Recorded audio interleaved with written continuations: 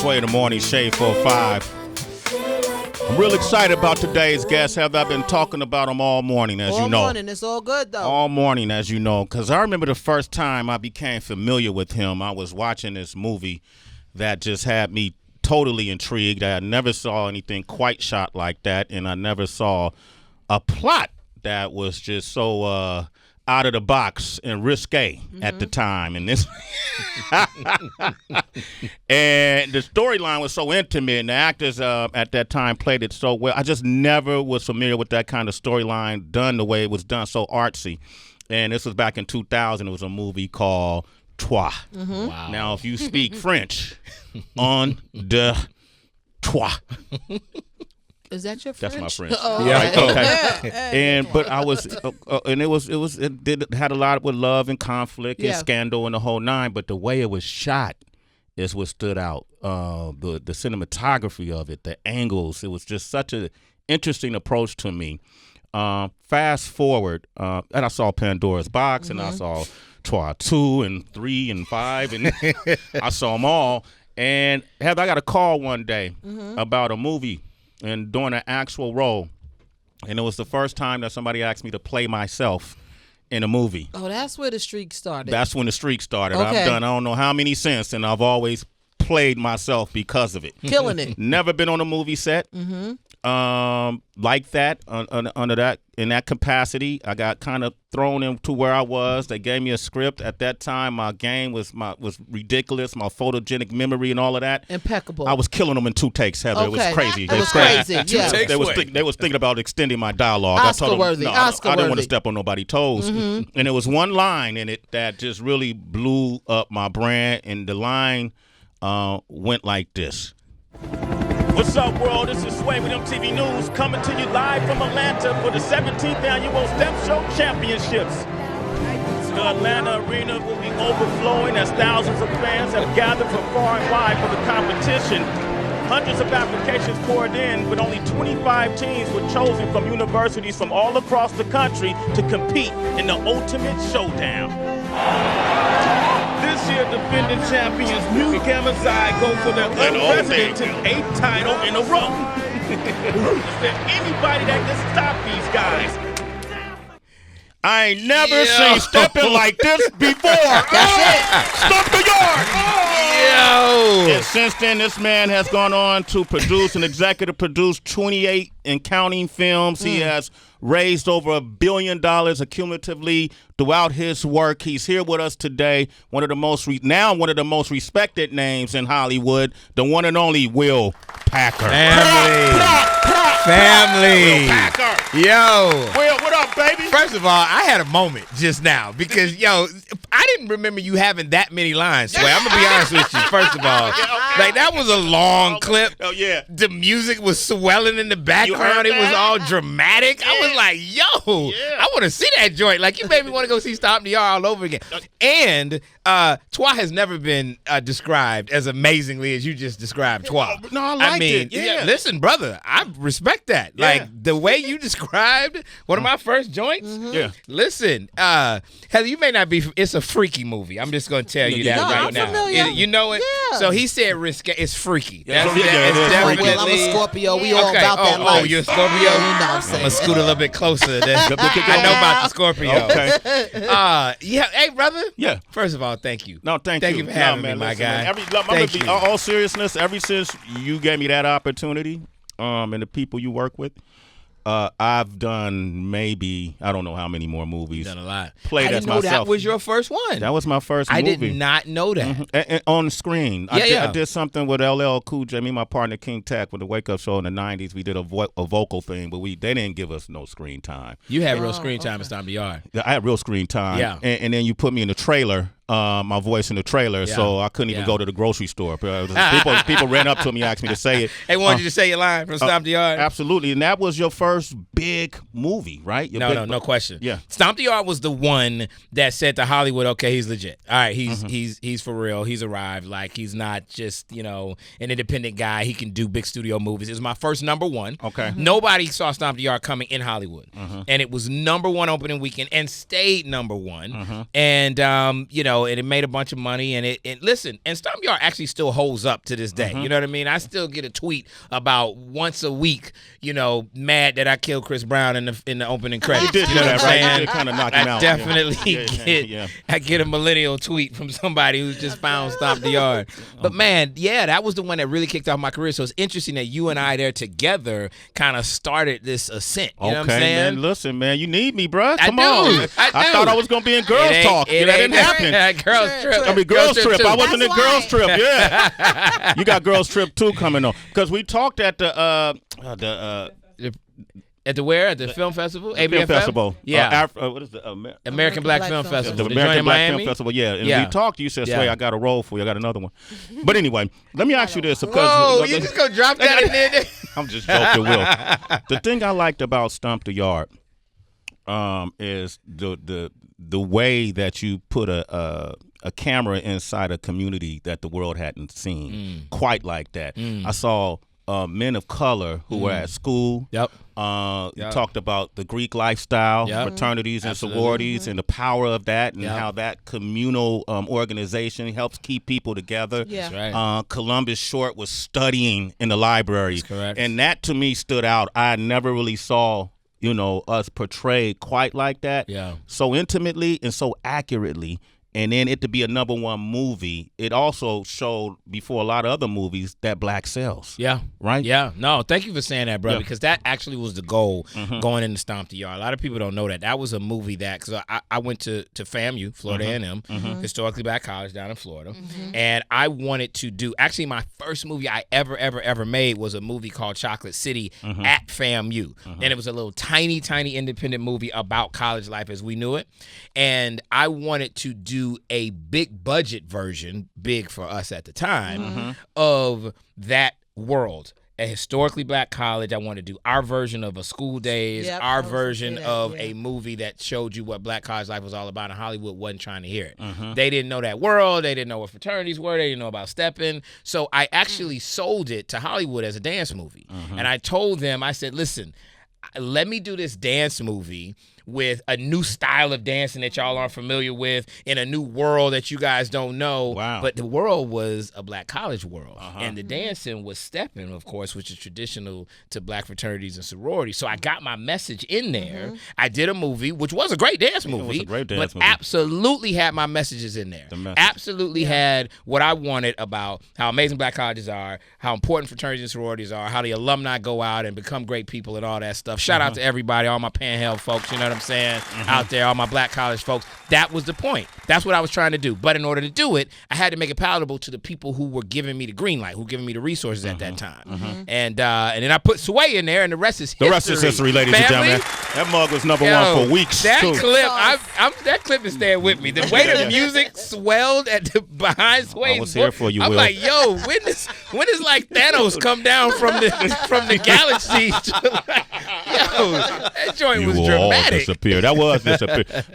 Let me ask you this, because a question came to mind, because I saw Torey. Yeah. You know, and I told you what I loved about Stomp the Yard. You've done other movies since, and then you did The Gospel too. I did The Gospel. Yes, and faith-based movie. It was Idris Elba's first movie after The Wire. That was his first movie. Oh, wow. Absolutely. Yeah. So Torey and The Gospel came a couple years apart, but they're so different. You know, and I was curious how do these movies or these projects affect you afterwards, like spiritually, emotionally, physically? Like, Torey was such a freaky movie. Did you feel like you needed to do The Gospel to cleanse my soul? I did The Gospel for my mama. I'm not gonna lie to you. I had done Torey 1 through 3, and my mama said, "Okay, now, baby, I've taken my missionary sisters at the AME church to see all your movies. We go opening weekend, and every time we go is can you more legs in the air? So I need you to do something for me and my church." I said, "Mom, I got you." She said, "You know you was raised in the church, boy." I said, "Yes." I said, "I got you." I wanted to do a faith-based movie anyway, and what happened was we were getting pigeonholed at the time. I had made Torey, and I pitched other movies. They didn't want to see nothing but Torey 2. And you get broke enough, and you be like, you know what? That Torey 2 don't sound that bad. And this is the last one. It's the last Torey I'm going to do. I got other movies. I went out and I pitched my other movies, and I couldn't get no financing. I said, well, what do y'all think about a Twa 3? My voice got real light. I was humbled. I say, hey, y'all want to do Twa 3? Anybody? Straight to DVD? Yeah. But no, gospel actually was, even before Stomp the Yard, it was my first nationally theatrically distributed movie where I had a studio behind it. All the Twas I self-distributed, right? I was out hustling myself to get those in theaters. But the gospel with Idris Elba, Boris Kojo, all the gospel stars. Kirk Franklin did my music. Oh, damn. Everybody's in there from Donnie McClurkin to Yolanda Adams. And that one was, it came out like, 1,000 screens or something like that. You know what I mean? About like 700-800 screens, actually, if I'm being honest. But, we made like $12-13 million with that. Like, which was, I mean, come on. That's good. That's we made the movie for like $3, yeah. right? So, I mean, and it also showed me that if you make something for a particular audience and you make it good enough for that audience, they'll come, they'll show, they'll support, it'll resonate with your core audience, and then you can build from there. Okay. What happens when you do, say, a ride-along, you know, with Ice Cube, who the OG, the legend. And who's a producer himself. For sure.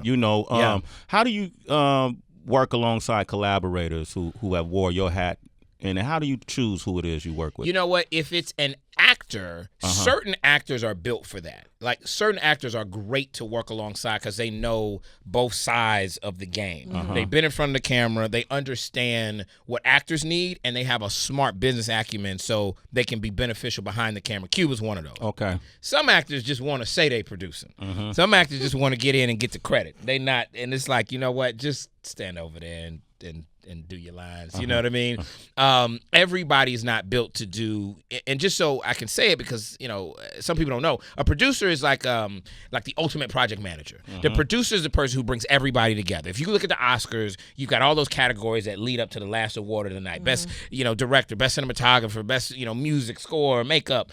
The last award of the night is Best Picture, and the producer gets that award because they have been responsible for pulling together all those other roles in the filmmaking process. So as a producer, to work alongside somebody and ride along is something that Ice Cube had before I came along.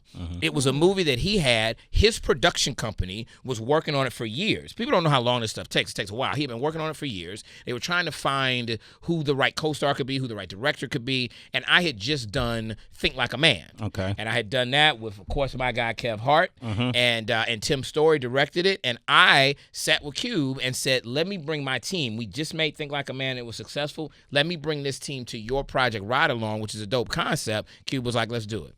Cube has been nothing but supportive to me. Cube, man, he's you sit with him, he's a wealth of knowledge. He's done it all, seen it all, understands the business. I tell you a crazy true story about Cube. When we were shooting Ride Along 2, we shot that movie between Miami and Atlanta. And we're on the set of Ride Along 2, where, of course, Cube is a producer as well as he's an actor, obviously, in the movie. Well, it just so happens that at that same time, Straight Outta Compton was filming in L.A. So we're in Atlanta and in Miami watching the dailies on an iPad. Actually, it was a live feed of what was going on. Now, here's the craziness. Think about this now. So you got Ice Cube. He's got to do his role, right, and ride along and do all that thing. But then you have the movie that is like going to be the definitive story of you, your legacy, your group being made, right, across the country, and you got to watch it. By the way, it is also your son's big screen debut, the first time he's ever gone. By the way, your son is playing you. Like, I was like, bruh, mentally, how are you even here right now? And he had to be, the way the timing worked out, the films overlap, so he had to be there on set, and so he would be watching what was going on in L.A., giving notes to O'Shea, giving notes to Gary Gray, and then have to go on set and, like, act opposite Kevin Hart. You know what I'm saying? I was like, bruh, the level of compartmentalization you doing right now, he's the OG for real. Girls Trip. Yeah, man. Yeah. How has that enhanced your life? Yo, I get a lot of love for Girls Trip, man. That I'm proud of that movie. That was And that was another one was a long time in the making, honestly. You know, I probably pitched it maybe like 4 or 5 years before it actually made it to the screen. But that's actually pretty typical. It takes time, you know. It was a story I always wanted to tell because I knew that festival. I knew, you know, the energy and the vibe. And I said, I met my wife at the Essence Festival. Oh, you did? Right. True story. Yep, absolutely. Down there, I met her. I was on a riverboat cruise with Idris Elba, actually, and he was hosting the cruise, and she was working for the company that was sponsoring the cruise. And I got on with Idris, and all the women were flocking to Idris, right? Of course. And I put him in the damn movie. Idris was like, yo, I'm getting on. I just got to say hey, and then I'm off because the boat was like docked, and then after Idris got off, they were going to go out, right? And so I was on there with Idris. He was like, yo, I'm out after I go and do my obligations. So all the women like chasing Idris around the boat. And then he left, and he left me on the boat. Now, to his defense, he told me he was leaving me, He gave right? you 2 He warnings. was like, hey, bro, as soon as I do this, right? And I had some other people with me from FAMU, some of my college folks who were slow, and I didn't want to leave them because it was some sisters that I was with. I was like, bruh, it's good. Go ahead. Before I could get go ahead, he was in the car, right? So I get left on this boat, right? Driss is gone, but my future wife, Heather, her name is Heather. Oh, Heather. wow. She is there, and she also got stuck on the boat because she had the obligation of like making sure the sponsorship went right, and then she was supposed to get off. And her crew was slow too, so we both ended up stuck on this boat, and we met there. It was during Essence Fest, and I came back 4 years later, and on the main stage at the Superdome in New Orleans, Jill Scott had just got off stage. Maxwell was about to go on. I went out on the stage, got down on one knee.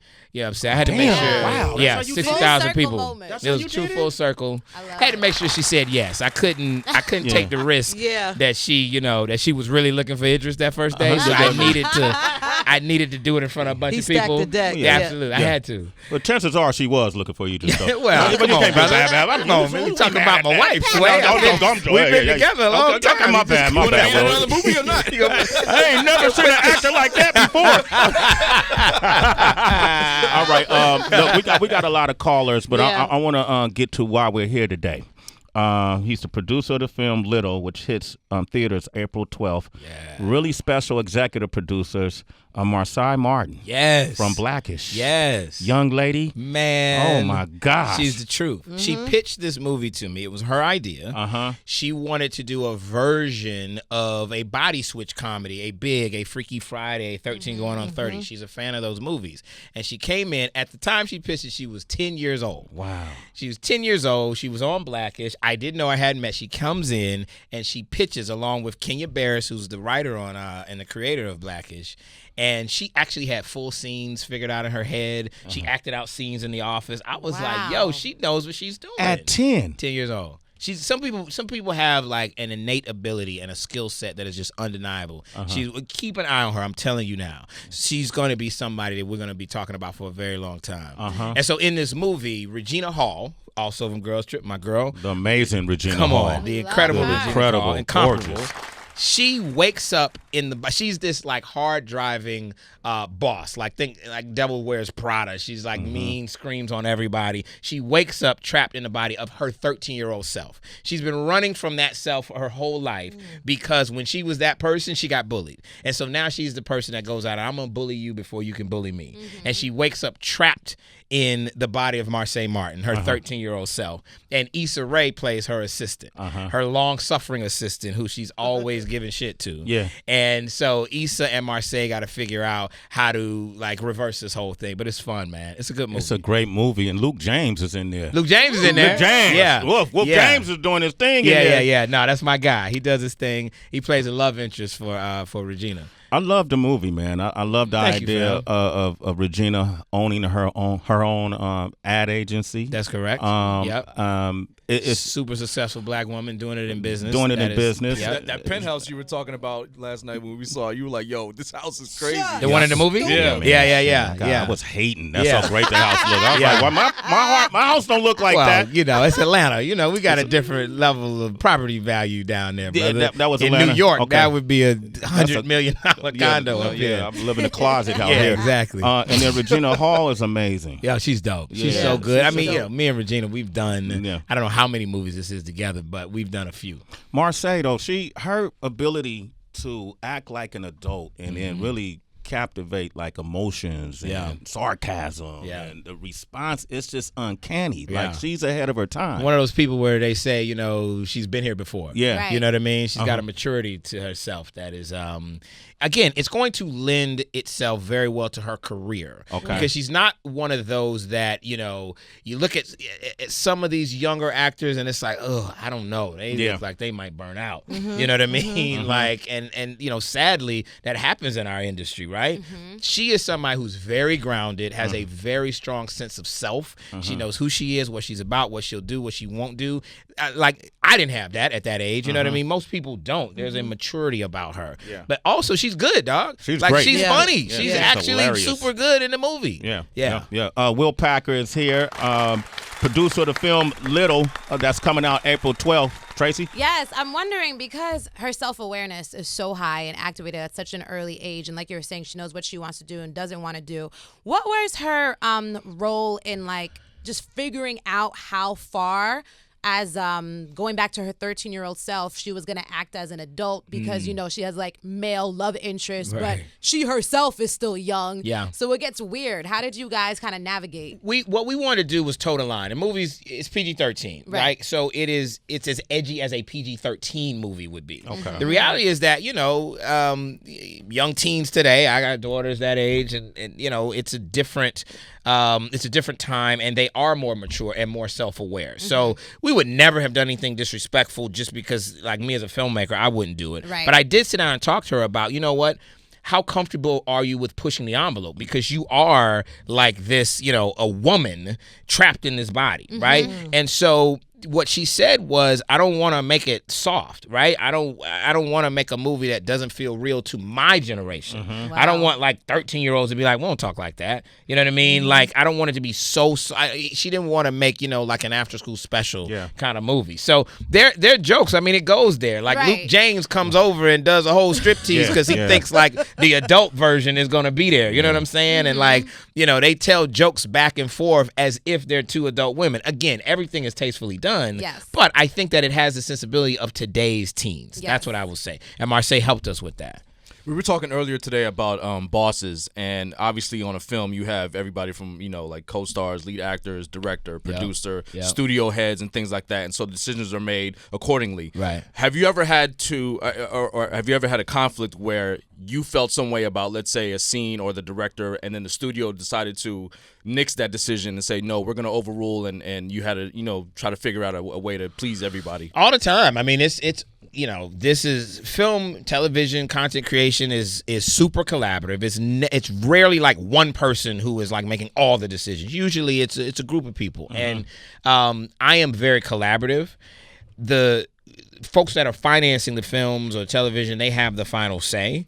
But I'm now at a position and at a level that, like, they're not going to force something on me that I don't agree with. So we'll talk about it. So if I see it a certain way and I'm feel very strongly about it, typically they're going to say okay. And if they feel very strongly in the other direction, then it's a conversation and somebody has got to convince the other person. So I'm not the type of producer that has a lot of adversarial relationships. I got great relationships with, you know, not just like my people in front and behind the camera, but also with the studios, because I have to. That's why I am where I am. I mean, I've been successful, but it's also, this is a relationship-driven business for sure.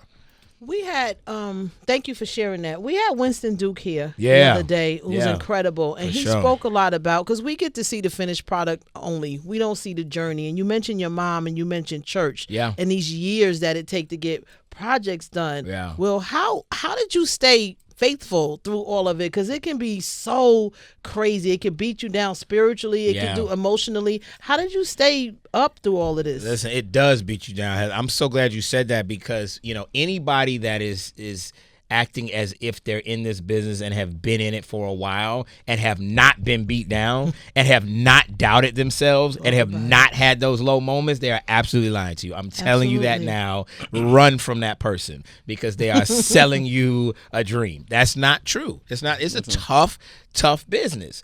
It is a sense of self. You have to, like, nobody is going to believe in you. You're going to have some of your closest people tell you, you know, you're not right for that role, or that project isn't going to happen, or, you know, that you sucked at a certain time. And some of it may be true. You may need to hear that. You know what I'm saying? It may be true.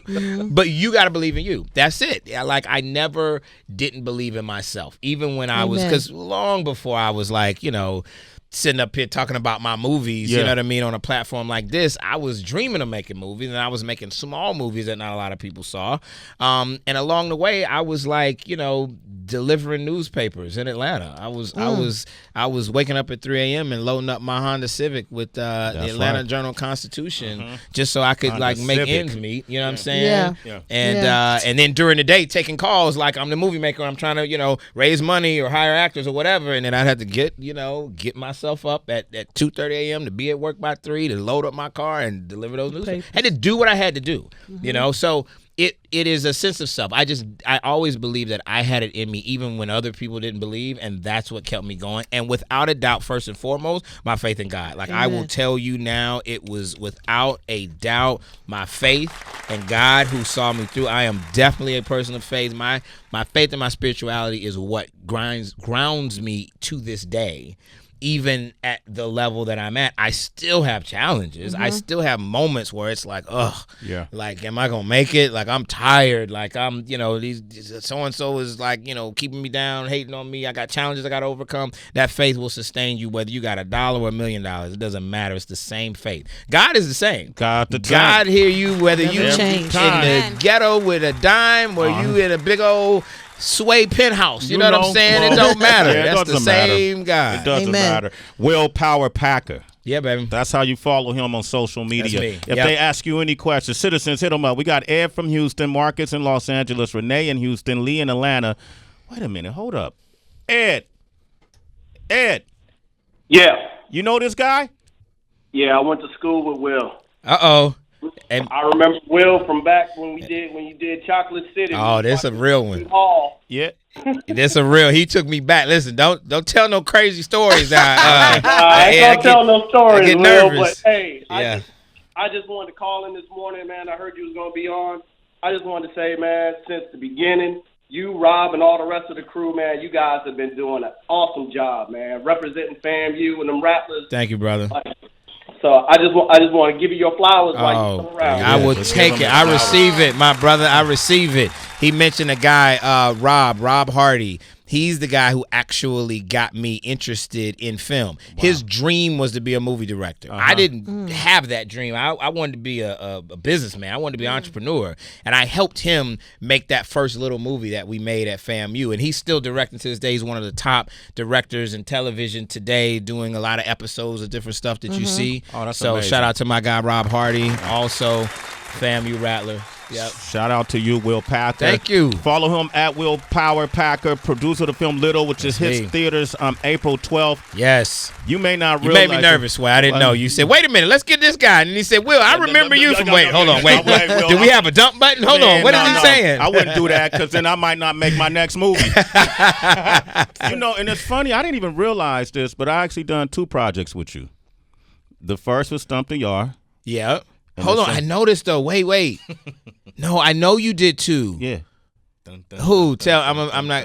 Well, let me see. In this one, did Chris Brown get beat up in this one? Was Chris in this one too? Chris was in this one too. Wasn't Chris in it? What? Yeah. Battle of the Year. Battle of the Year. Yes. Yeah. Okay. I executive produced a dance movie called Battle of the Year. Chris was in it. Yeah. He gets hurt. That's correct. Dang, Chris get hurt in all my. Well, you keep killing off Chris, man. Will don't like Chris. Spread that rumor. You know it's crazy. I was looking at it the other day. I think this is true. I think I have made all Chris Brown's movies. And Takers. Takers. Yep. Wow. This Christmas, Stomp the Yard, Battle of the Year. I don't think Chris got anything on his filmography that I didn't touch. a documentary. Well, okay, that you know. I'll let him do that one. You know, I was unavailable. Okay. No, but yeah, that was. You're right. Yeah. That's. So, honestly, thank you, man. I appreciate the opportunities, on, brother. and I appreciate your vision and your mission. Thank you. And that Stomp the Yard, man. One of the reasons why I wanted to be in it because even when I came to MTV, my purpose was to show us in a different light on a higher level. What you have been doing, sir. You have been moving the culture forward for generations. Thank you. That sounds crazy, but that is actually true. Yeah. Seriously, like from me to my kid, like we know Sway. Right? Wow. You have been moving from generations. There's not many people that can say that, that you have affected parents, you have affected kids, you will affect their kids. That's generations. So you have been moving the culture forward for a very long time. I respect you, my brother. Thank you. You documenting my legacy, put me in your film. There we go.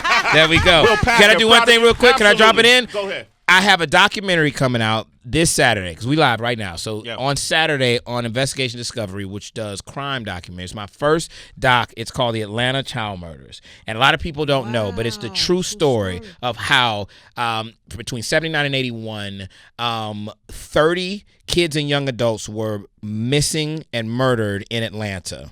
And nothing was done about it for a very long time. Wow. And their story hasn't been told the way that we're going to tell it now. We're going to let the victims talk about it. We're going to go in depth into the investigation and what happened. There is somebody that is in jail right now named Wayne Williams, who's actually up for parole in October. It's a true story. He maintains his innocence. He was never convicted of the murders of the kids. He was never tried for the murders of those children. But he was convicted of the murders of 2 adults that happened around that time. They caught him. The other murders stopped, and so they closed all the cases. And so these families never got closure. Okay. And this is something, these were poor black kids from a disenfranchised, marginalized community in Atlanta. And this is their story, and I'm very proud to be a small part of bringing this to life. It airs this Saturday. I invite everybody to go check it out. It's something a little different from me. On Investigation Discovery. Yep, ID. That's it. Okay. Yep. Thank you. Thanks, y'all. Will Packer, man. Come back anytime, brother. Thank you, family. My God. Thank you. All right, DB, who we got coming up next? Action Bronson. Action Bronson. You want to talk with him? 888-742-3345. This is Our Wish by Skilo.